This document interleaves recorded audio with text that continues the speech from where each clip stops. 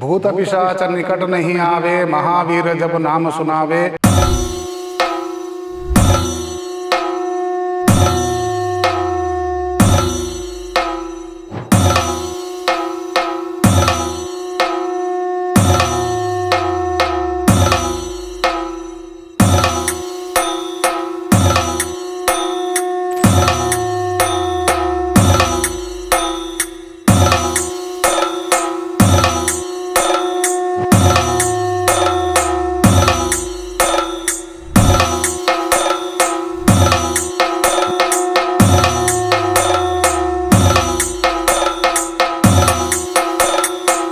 ಅಷ್ಟಸಿದ್ಧಿನವನಿಧಿಕೆ ದಾತ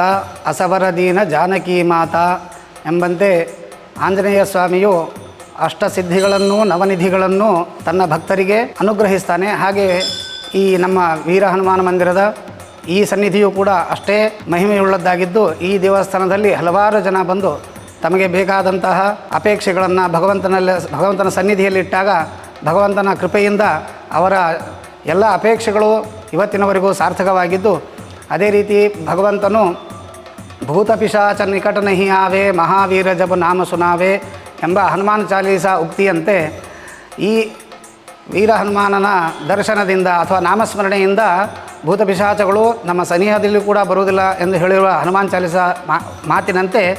ಇಲ್ಲಿ ಬಂದು ದೇವಸ್ಥಾನದಲ್ಲಿ ಈ ಭಗವಂತನಲ್ಲಿ ಶ್ರದ್ಧೆಯಿಂದ ನಡೆಯುವವರಿಗೆ ಯಾವುದೇ ಭೂತ ಪಿಶಾಚಗಳ ಬಾಧೆ ಇಲ್ಲದೆ ಮತ್ತು ಅಷ್ಟಸಿದ್ಧಿಗಳು ನವನಿಧಿಗಳು ಮತ್ತು ಅವರು ಅಪೇಕ್ಷಿಸಿದ ಎಲ್ಲ ಫಲಗಳನ್ನು ಕೂಡ ಈ ಭಗವಂತನ ಕೃಪೆಯಿಂದ ಪಡೆಯುತ್ತಾರೆ ಎಂಬುದಕ್ಕೆ ಈ ಬಡಾವಣೆಯ ಹಲವಾರು ಜನ ಸಾಕ್ಷಿಯರಿದ್ದಾರೆ.